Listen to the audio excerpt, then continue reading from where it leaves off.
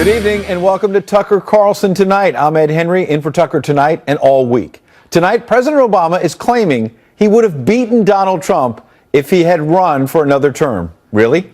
You can bet we'll chew over that in a moment. But first, Israeli Prime Minister Benjamin Netanyahu can't wait to get Mr. Obama out the door.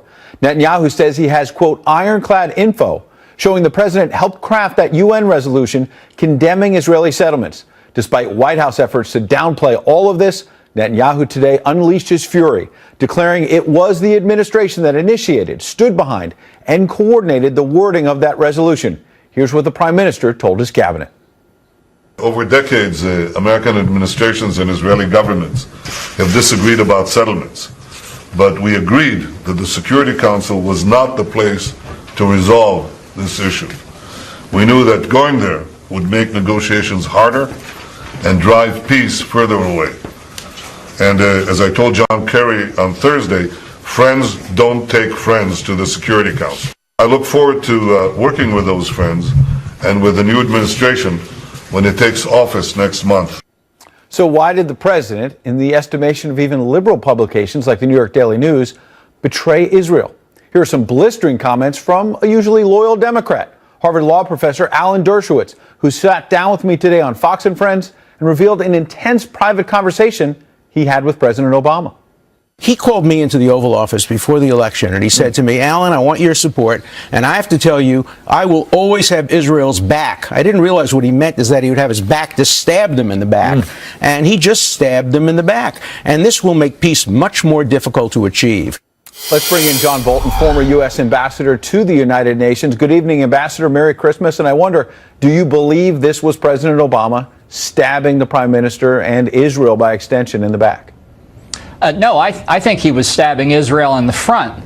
I think this was clearly intended to do much more than affect the issue of Israeli settlements.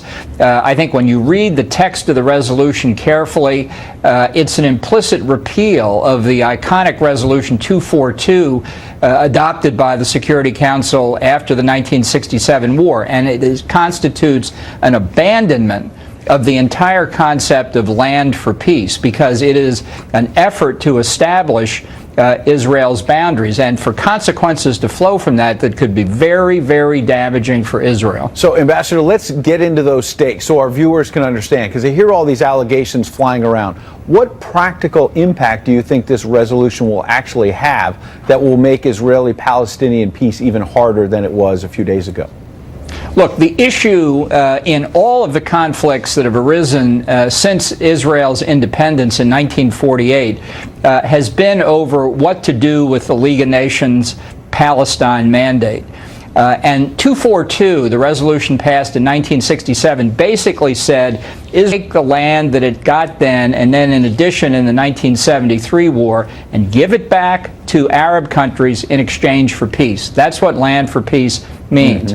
But if you don't have the land legitimately, you can't give it back. So this resolution, in effect, is saying, forget the war, forget all the efforts to destroy Israel. Its borders are the 67 lines, except where there's mutual agreement, which is a triviality. That's the same thing the United States and Canada would do over an incidental border dispute. So really, by setting the border, you are saying anything Israel does outside that border that dissatisfies somebody can be the basis for economic sanctions against Israel, the whole boycott, sanctions, disinvestment movement, potentially subject to war crimes prosecution at the International Criminal Court.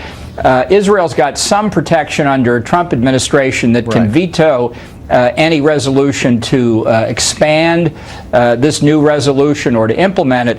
But there are countless UN bodies that can proceed on their own. And the real fear I have right now is national sanctions or European Union sanctions leveled against Israel based on the express language of Friday's resolution. Wow. But I want to press you on that point, though, because those sanctions sound ominous potentially for Israel. But on the other hand, you and other conservatives tend to say that the UN is a toothless tiger, that what they say ends up meaning very little in the long run. So will this really have practical impact? Will the world pay attention to what the UN really does here?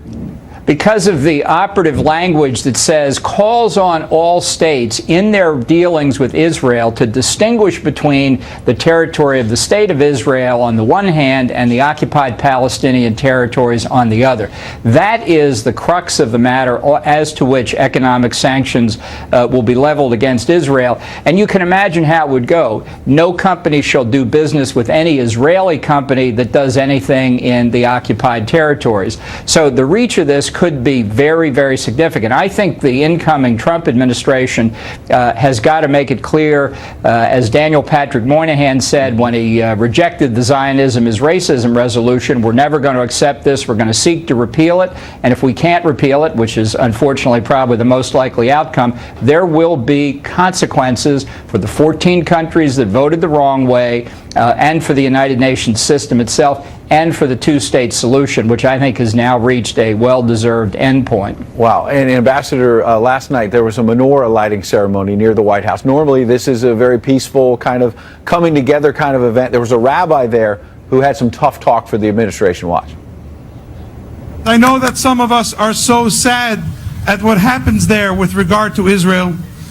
We must remember that the way to counter any darkness, any disappointment, is not with harsh rhetoric, not with anger, but by creating light. You can hear there that even at this ceremony, they were saying, the administration, this tough rhetoric, this tough stance against Israel, and what was encouraged by other nations there could end up backfiring. And I wonder what you think about that. Well, I think the consequence of the resolution is going to cause a lot of people in the United States in particular to wake up to the political rhetoric we hear so often in this country. We've got Israel's back, the strongest relationship in the world. Unless you're prepared to do something about it, I think that's exposed as hollow rhetoric. So, as I say, I think the two-state solution is now exposed for the failure that it is. I think the overwhelming majority of Americans believe the UN had no place in this affair, that, as we have said on a bipartisan basis for decades, the parties themselves have to reach agreement. So I think the consequences are going to go well beyond this effort to harm Israel. Big story tonight, Ambassador. We'll see whether Republicans in Congress follow through on some of these threats to actually take money away from the UN. They've threatened that before and not followed through. We'll see if they do that. Thanks for joining us tonight. Well, they have followed through in some cases, so we will see. Yeah. Thanks, Ambassador. Appreciate it. Thank you. The president-elect is still working out of his Southern Transition headquarters, his mansion in Palm Beach, Florida. That's where we find Fox News correspondent Peter Doocy. Peter, some action today, some staff intrigue, to say the least, Peter. A lot going on here in Palm Beach.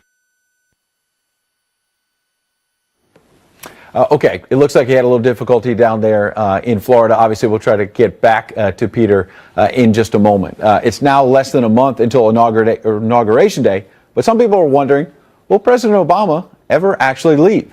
This is what the president told David Axelrod for his podcast, The Axe Files. The majority does buy into the notion of a one America that is tolerant and diverse and open. I'm confident that if I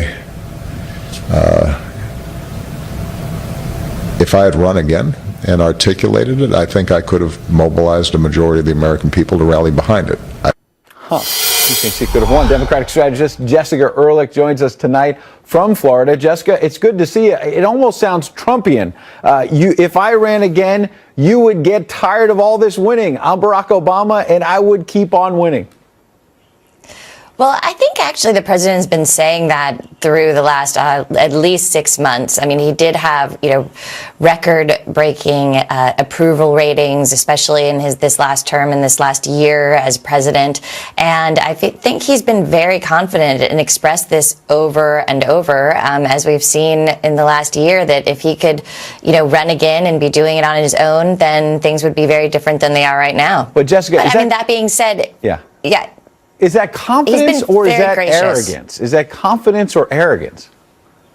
I think it's a little bit of both, but certainly he's, allowed that. He's had 8 years of being president with definitely setting records. He was the first African American elected as president of the United States. I mean, he's done things that, no one else has done, whether you like them or not, and has really been able to achieve quite a bit during his time. And I think, he has a moment now where he can sort of look back on the last 8 years. And I think also now we're going to see him moving towards what his legacy will be and how he wants to structure that going forward, what things will look like. He's still relatively a young man, and there's a lot ahead of him. So what that looks like, will be interesting to see. But certainly, I think he's going to spend a lot of time sort of protecting his legacy. Well, Jessica, I listened closely a moment ago when you said if he had been on his own, he could have won. It seemed like you're suggesting, as other Democrats and Republicans have, that Hillary Clinton was a bad candidate, and if only Barack Obama didn't have that tether,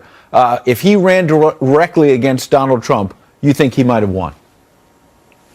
Well, I mean, I think it's a possibility. I don't think that, Hillary Clinton was a bad candidate. I think it was a very difficult time. I think there was a lot of baggage and things where she got, took a lot of hits for it. There are a lot of issues that went into her campaign and why she lost. Certainly, this was an election unlike anything that we have seen, certainly in the last, century. Whether Obama would have been able to beat Donald Trump, there's a good possibility, but who can say how he would have handled the slings and arrows? I mean, there's a lot of animosity between those two men. However, they've really sort of seemed to put that aside. I mean, even Trump has said that during this transition, Obama has been nothing but gracious, that Michelle Obama has been very gracious. They've been very open and helpful to him and his transition team. So, I think now he's just sort of enjoying the glow of, his presidency being over, maybe no more gray hairs in the future. Well, it's interesting because you mentioned that positive transition, and Donald Trump has had a lot of good things to say about both Barack and Michelle Obama. Then you look at what happened at the UN. You look at Barack Obama now in this interview with David Axelrod, his old campaign manager and strategist, saying, look, I probably could have beaten Trump. It's no wonder Donald Trump a short time ago went on Twitter and said, quote, President Obama said that he thinks he would have won against me. He should say that, but I say no way. Jobs leaving, ISIS, O'Care, as in Obamacare, etc. I also find it intriguing. Listen, Barack Obama is now trying to say, look, I wasn't on the ballot. This was about Hillary Clinton, not me. Look what he said actually during the campaign we checked. I may not be on the ballot this time, but everything we've done's been on the ballot. So he said then to voters going to the polls, I'm not on the ballot, but my policies, my agenda, it's on the ballot. He said that both in the 2014 midterms and lost, and he said it in 2016, and Democrats lost, Jessica. Well, there's a lot of issues that we've had as a party, certainly with a trickle-down, if you will, effect. We've had Obama running at the top of the ticket, and we've seen this ever since 2010. We have steadily continued to lose House seats, lose Senate seats, lose state majorities, whether they be in the state houses, Senate seats, and governorships. And it's a real concern for people. There's this sort of lack of translation of, he as a man, as an individual, was really someone who galvanized people. And I think Trump actually is the same way and can safely say that he won basically on that sort of cult of personality, if you will. Yeah. Whether that affects or helps other Republicans down the ticket, it's yet to be seen. The party itself, I think both political parties are really in a position of change, and how these men both affect them going forward. Donald Trump for Republicans, and will Obama be as engaged in the Democratic Party, and what our future looks like? It's really hard to say. I haven't seen any indications that he's really going to be that active, going forward. That's right. Jessica Ehrlich, we appreciate you joining us tonight. We'll have to leave it there, but thanks. That is a looming question with this interview saying, I could have beaten Trump. Is he really going to leave the stage, Barack Obama? Or I suspect we might be hearing from him in the days ahead. Good. Thanks for joining us tonight. We appreciate it. Thanks. As we said, the president-elect is still working out of his Southern Transition headquarters. That's where we find Peter Ducey, our correspondent. Man on the scene. We worked out the gremlins. We bring you him live. Good to see you, Peter. Good to see you too, Ed. And over the last couple days, we have seen President Obama say he thinks that he could win a third term if he was allowed to run. And we've also heard a key member of his national security team, Ben Rhodes, come out with a message seemingly directed at the president-elect, where he says, there's only one president at a time. Well, the president-elect pays attention to stuff like that, and we know that because he tweeted just a little while ago to say, President Obama said that he thinks he would have won against me. He should say that, but I say no way. Jobs leaving, ISIS, O'Care, etc. Mr. Trump is also weighing in on that anti-Israel motion that was basically endorsed by the Obama White House that a lot of Israel experts say was basically just a move to make a mess for Mr. Obama's successor. And so Trump's got another tweet. He says this: "The United Nations has such great potential, but right now it's just a club for people to get together, talk, and have a good time. So sad." There was also a surprising staff announcement over the holiday weekend. The communications director for the campaign and the transition, who had just been named at the end of last week to the same important title in the next White House, says he doesn't want the job. Jason Miller put out a statement that he wants to put his family first, explaining that, quote, "This is not the right time to start a new job as demanding as White House communications director. My wife and I are also excited about the arrival of our second daughter in January, and I need to put them in front of my career." The most activity we saw in or around Mar-a-Lago over the weekend was when the Trumps went to church and got a standing ovation from Palm Beach parishioners at a midnight mass. The president-elect and future first lady went to the same church they got married in more than a decade ago. But since it's been quiet around here, things are expected to start picking up again soon, though. We're told there will be staff meetings tomorrow, and then on Wednesday, Mr. Trump is going to have a full schedule down here in Florida as he tries to fill out the rest of his cabinet that still needs an agriculture secretary and a VA secretary. Ed? A lot of work ahead. Unlike those UN guys you were talking about sitting around in a club not doing anything, Peter Ducey is our man who's working hard. We appreciate seeing you tonight. We'll see you tomorrow night, Peter. City is in the eye of tonight's storm over, of all things, its statement about Christmas. Yes, Christmas, which read in part, quote, "Over 2 millennia ago, a new hope was born into the world, a Savior who would offer the promise of salvation to all mankind. Just as the 3 wise men did on that night, this Christmas heralds a time to celebrate the good news of a new king." An obvious reference, of course, to Donald Trump, the king, right? Wait, it's not? Oh, wait. It's clearly an innocent reference to Jesus Christ. I mean, there's a Christmas carol, isn't there? "Hark the herald angels sing," with that line about, quote, "glory to the newborn king." Oh, right, no biggie, bro. But, of course, the Twitterverse lost it. John Weaver, advisor to John Kasich, we should note, a never-Trumper, tweeted, quote, "Dear RNC, we didn't have a new king. We don't have a new king. What the hell is wrong with you people?" Come on, John. They're not playing Hark the Herald Angels Sing by you this year? Apparently not. Simmer Aluwala said, quote, "The RNC must have Christmas and April Fools confused because they just compared Trump to Jesus and said he was our new king." RNC spokesman Sean Spicer, who's going to be the White House press secretary, later clarified that new king was a reference to Jesus, not Trump. Many on Twitter said they knew that in the first place. Bill Mitchell tweeted, "Anyone criticizing Reince Priebus's new king comment knows nothing about Christianity or Christmas." Mary Stowell said, "It's clear to me that the new king is Jesus, not Trump. What is the matter with you people?" Jay Jammer tweeted, "The left whines 365 days a year, never to take a break, not even on Christmas." And finally, Daniel Sharp said, "I think I'm going to call our new president Donald Jesus Trump just to upset crybaby liberals. Merry Christmas." Now, it's worth noting Hark the Herald Angels Sing has another line about, quote, "peace on earth and mercy mild." I checked it, but sometimes we seem to forget that on social media. That's tonight's Twitter storm. President-elect Donald Trump announcing plans this weekend to shut down his charitable foundation to avoid conflicts of interest. But some Democrats still not satisfied.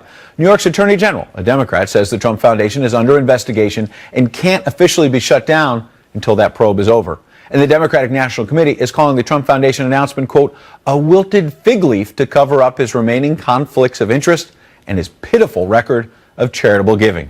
Joining us now, Guy Benson, townhall.com political editor, and Emily Shire, political director at The Bustle. Good to see you both. Merry Christmas. Emily, is this a situation where Democrats, no matter what Donald Trump does, just won't be satisfied? No, I think it's very simple what he needs to do. He needs to divest and put his assets in a blind trust. And until he does that, I think Democrats will keep hammering But that's him. the business side of this, right? What about, let's start with the charitable, and we'll get to your point on that. Well, so it's not clear how separate the business and the charitable were. He has admitted to self-dealing on IRS forms. The Washington Post reported 2 clear incidences where he used the Trump Foundation to pay off and settle lawsuits against his personal businesses. So it's not so simple to tease those out. Guy, what do you say? Well, I think that some of the Washington Post reporting was very good journalism and did raise some serious questions about some of the ethics involved, where that money was coming from and where it was going from the Trump Foundation. I think given all of that murkiness, it's the right thing for Trump to shut this thing down, which he's attempting to do. Now, what the Attorney General, a Democrat here in New York, is saying is, well, not so fast. As long as the investigation is open, the foundation has to remain open. If that's the case, then Trump can basically shutter the place, right? Shut down all activity and say, we'll technically keep it in existence, but for all intents and purposes, it's closed. And it seems like that's what they're doing, which is So that's what I want to stick to the narrow point, Emily. Then we can talk about the business, but why not let him shut down the foundation? It doesn't mean he's erasing all the files from before. If the Attorney General of New York wants to investigate that for another month, another year, he obviously can do that, has the power to do that. But why not let him say, look, I'm pulling the plug on the foundation? Well, the Attorney General is doing his job and needs to be able to access everything regarding the foundation. I might also add that it seems pretty clear the Donald Trump Foundation has not actually done much in the way of charitable giving. So what Donald Trump means by shutting it down is also not totally clear when it seems pretty evident that he himself has not made personal contributions and that the foundation has not done much in the way of charity work. But if it hasn't done much, why are Democrats so exercised about it? That's part of what I don't understand. I think they're exercised about it because they need to make sure they have everything available to continue their investigation. The investigation started in October, and I think they're also exercised about it because, the wilted fig leaf problem, that this is just one tiny detail in the mountain of conflict of interest concerns. And frankly, it's a distraction. If Donald Trump wants to offer this as a small bone when there's so many other deep conflict of interest concerns about his hotel, about the fact I'm going to get Guy in here, but again, you're not answering my question about, so Donald Trump has this one issue of the foundation. He says, all right, let me shut that down, and then we'll focus on the business. He's going to have this news conference in the new year. But then you say he shouldn't do that because we still got to figure this other stuff out. Why can't he close one door? He shouldn't officially shut it down until the Attorney General has finished his investigation into it. Again, it's not clear that Donald Trump's foundation is doing a whole lot of good as is, and so when he means shutting it down, what will that exactly entail? I get the sense Democrats are, no matter what, Donald Trump does one thing here, another thing pops up here. However, to Emily's point, that's partisan politics. To be fair to Emily, he has business issues he has to deal with and has not dealt with yet. As a Republican, does that concern you? Well, sure. Yeah, I mean, because we were saying all along, conservatives were saying in a case against Hillary Clinton, you can't have a State Department for profit and all this double dealing, and you can't have a presidency for profit either. So I understand the little statement, the cute statement the DNC put out about the wilted fig leaf. As far as the foundation goes, this is the appropriate move from the Trump people. The AG here can do whatever they want, although they turned a blind eye to a lot of the Clinton stuff because he's a Democrat. That being said, the next step is what happens with the businesses and how can he disentangle himself from his business interests? Those are very serious questions. Those should not be partisan questions. We were supposed to hear details this month. It got punted to next month. That's fine. Let's wait and see what the Trump people come up with. I hope it's something like a blind trust. That is appropriate. So as a conservative, you were being honest that you have concerns, and here's what you think a blind trust will answer that.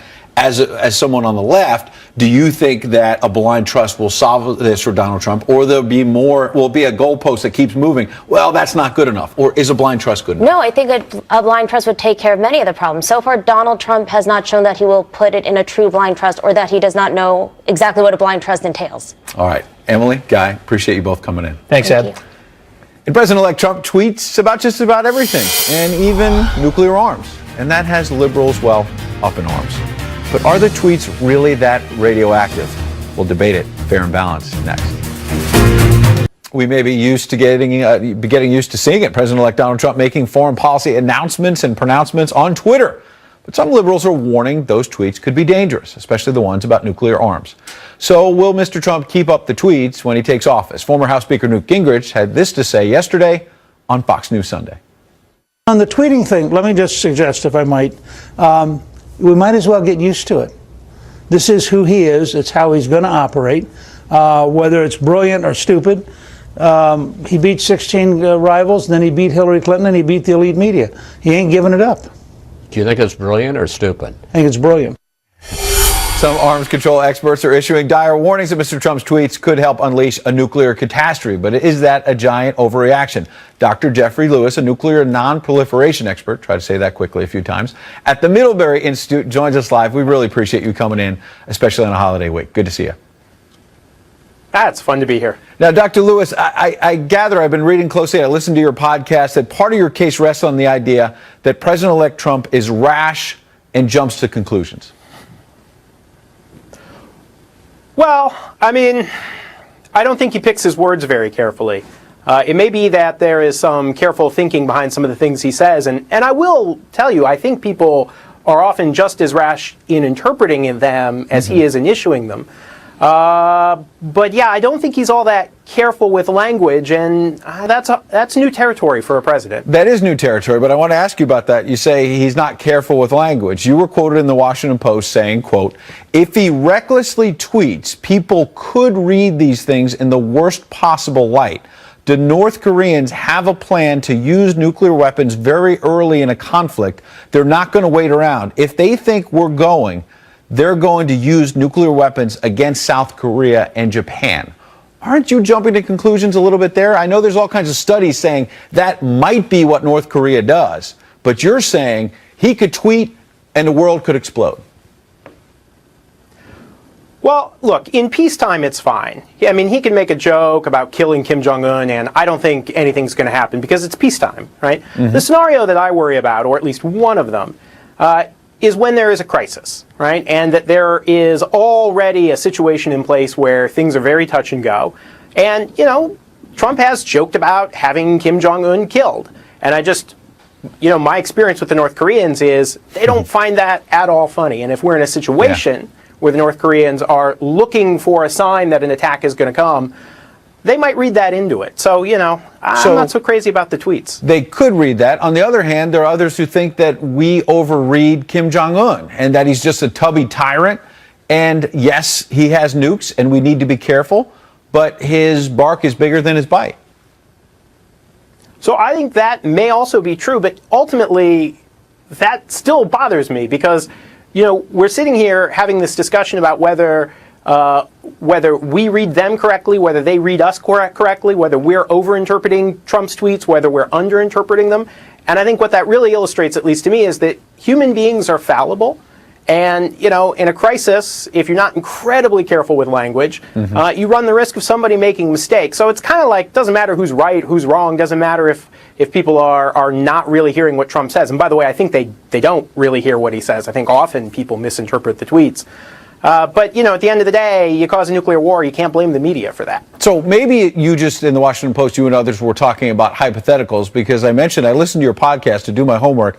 November 22nd, you said, among other things, quote, "We are probably not all going to die in a nuclear war," that you kind of thought some of this was exaggerated. So I guess my question is, are the critics of Donald Trump exaggerating the threat somewhat? Because you're much more of an expert than I am on all of this. I listened to your podcast on November 22nd, and you suggested some of this may just be hype. Well, look, we live in an incredibly polarized society, so I have no doubt that some of the people who are reacting are definitely exaggerating things.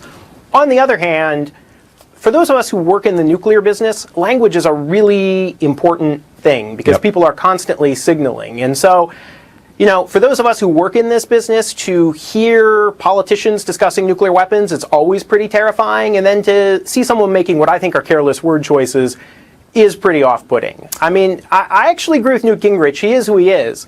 I just wish maybe we could convince him not to tweet about nuclear weapons. Last question. What do you make then of Donald Trump, what he said throughout the campaign, and he said it now during the transition, that he sees it as a strength that he's unpredictable?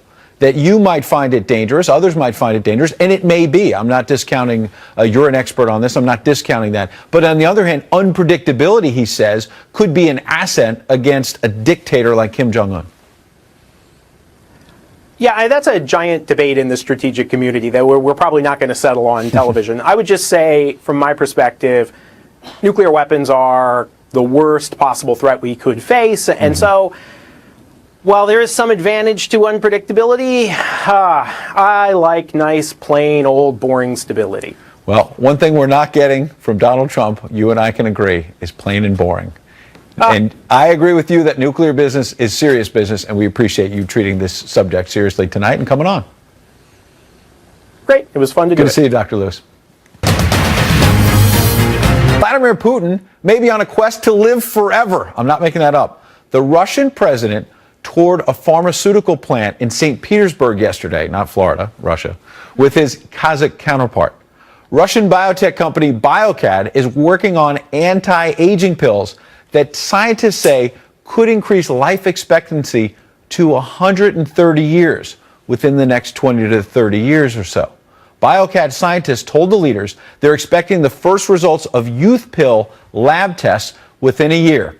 Frankly, that can mean only one thing: bare-chested pics of Vlad for decades and decades to come. I apologize for ruining your holiday. Out of his time traveling the country, taking a stab at some of the dirtiest jobs around. But when he cleans himself up, he does a lot of great work. A short time ago, Mike sat down to talk with Tucker. So, Micro, tell me about MicroWorks, your foundation. What's the point of it? Well, it kind of evolved like most good things in my life have by accident.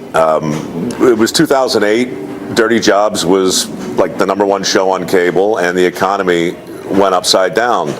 And I wanted to try and do something to help the industries that had allowed my show to prosper. And for me, like the moment was every headline I saw in every national newspaper every day talked about record high unemployment.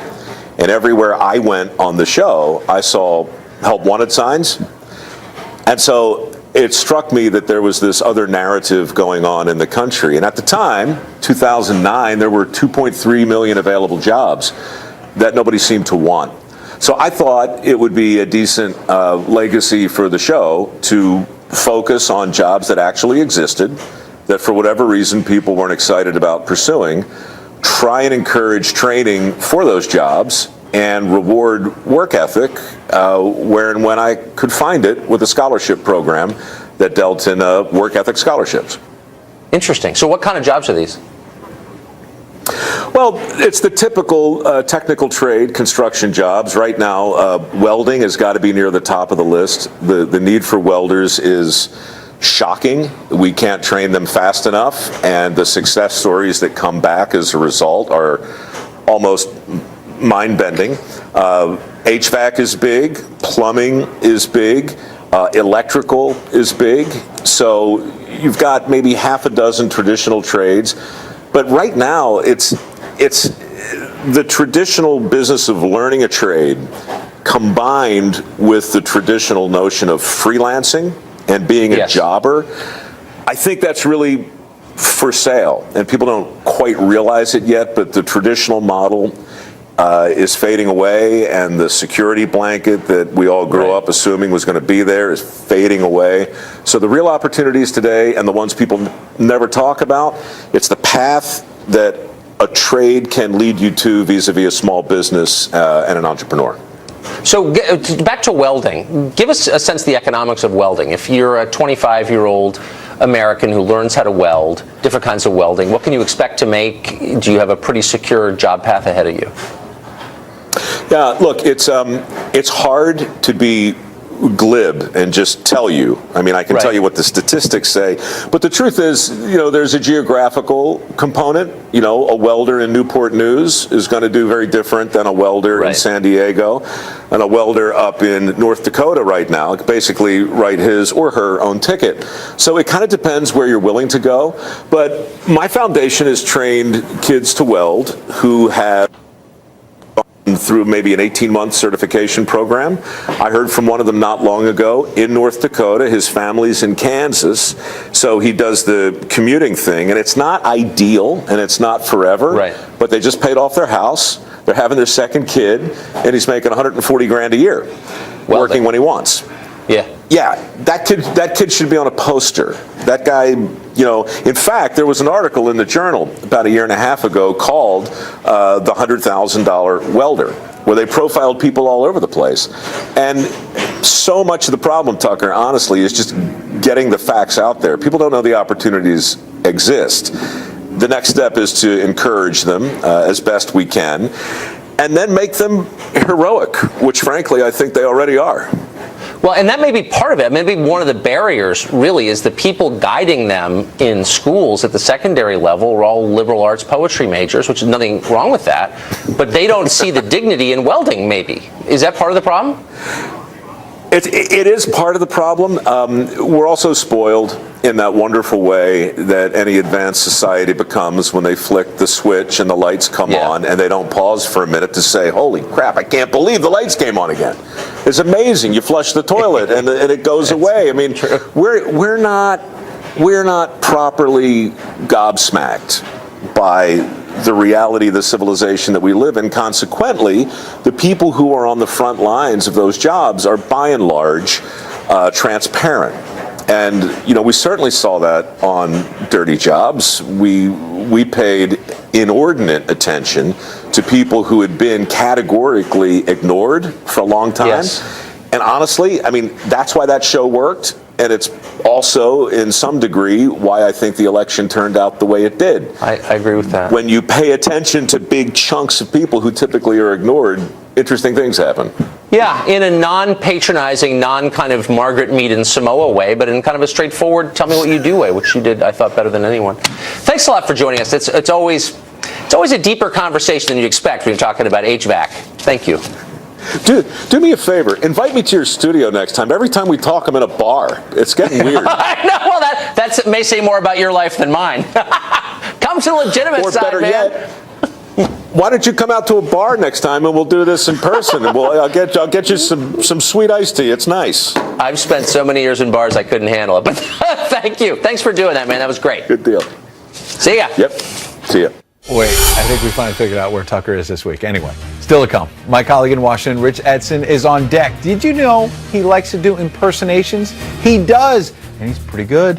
He's the subject of tonight's segment we call The Friend Zone. Now for The Friend Zone, I played that because one of the kings of our D.C. Castle, correspondent Rich Edson, is here. Rich, is there anything else you have in common with Borat?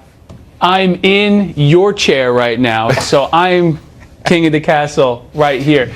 It's not every day we get inside jokes on the air in an entire segment. That's what I love, the whole thing, because you have this, which you and I pass each other in the hall in Washington and say, king of the castle, king of the castle. It's just like one of our right. fun movie clips. But the other time, we had a Christmas party a couple of years ago with Eric Cantor. Yeah. He was the House Majority Leader. He was very powerful. I thought it was funny that you do these great impersonations of all kinds of people, including Eric Cantor. He was about 10 feet away and didn't hear you impersonating. I turned to him and said, Mr. Leader, did you know that Rich does a great... And I didn't know that you'd be upset. You got a little upset at me. Oh, no, I didn't get it. Well, you had just gotten to D.C., and this is, we talked to each other a little bit, but this was the big introduction now, like, oh, hey, Mr. Majority Leader, Edson over here does a great impersonation of you. And, people usually love when you do impersonations of him. But the best part of that whole thing is I did the impersonation, and he was very gracious, and he laughed about it. And then the whole Capitol Hill press corps just starts piling on the guy, like, no, you do this. This is what you do. No, you got to do it like this. So we have a clip, not of you, but of Eric Cantor. Let's just play this real quick of how he speaks. Look, obviously we came up short. Look, obviously we came up short. Look, obviously we came up short. Now, I played that in a loop because we were trying to find a time where he said, look. And so he had that drawl from Richmond. So I'm going to ask you to show our viewers, how did you come up with the Eric Cantor impersonation? Give us a line. It's just, that's the word. You have to do, look. And it's a look. We had look. And and then, you take it from there. It's like the trigger almost. Right. Right, and then you launch into it from there. And I was a reporter in Savannah for a couple of years. Yeah. And so, you're just immersed in the Southern accent, and you just kind of adjust it from there for Richmond, the farther you go north. And so I thought it would be really fun, and it turned out to be fun, but I think you were just a little concerned that, like, you cover the man, he's very powerful, and people, as you kind of said tongue-in-cheek, they don't always like impersonations because you're kind of sort of making fun of them. Right. And then I was worried I wouldn't get invited to next year's holiday party. Did you get invited? I'm not sure. I don't remember if I was or you not. off the list? I don't know. I think I might have been. No, he was, cool with it the whole time. But, so, Rich, at the time, you were at the Fox Business Network. You've now come over to Fox News Channel. We're all one big happy family. What do you see as the biggest difference? What's it been like transitioning? The biggest difference is the type of stories that you cover, right? I mean, you look for a business angle in everything you do when you're covering politics in Washington. You cover spending, you cover taxes, and we still do that here at the news channel. But when I find myself covering rides to Milwaukee and Ferguson and interviewing the Secretary of State or doing presidential trips, it's a little bit wider of a net when you're general assignment at the news channel. It certainly is, and you do a great job. And I wonder, how do you think Borat would approach an interview with the Secretary of State? Can you give us 10 seconds of that? I think he would just sit down and he'd let the Secretary of State know he's king of the castle. Rich, we love you. Are we doing this on air? This is live right now, Rich. Okay. We love your impersonations. We wish you a Merry Christmas, and this is why you're one of my friends. You too, buddy. I only have a couple, but you're one of them. Thanks, man. Thanks, buddy. Rich Edson, thanks for entering the Friend Zone. And we'll close things out with what our viewers found in media bias. News abuse is next.